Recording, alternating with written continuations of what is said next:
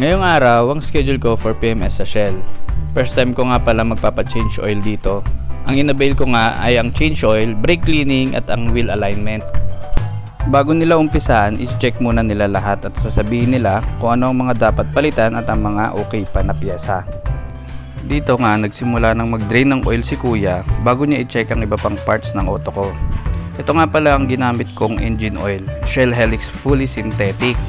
Nandyan na rin ang oil filter na gagamitin at ang panglinis sa mga preno. Nagsimula na magbaklas ng mga gulong si kuya para ma-check niya ang mga brake pads at ang pangilalim ng kotse. Sa sitwasyon ko, nakita nilang may tusok ng pako ang isang gulong ko. Nag-offer na din sila na dalahin na lang nila sa vulcanizing shop na pinakamalapit. 150 lang pala ang binayad ko sa pagpapavulcanize ng gulong. Sa tapat lang ng Shell ang vulcanizing shop na pinagdalahan nila kuya. Pagkatapos i-check at linisin ng mga brakes, sinimulan na ni kuya ilagay ang bagong fuel filter.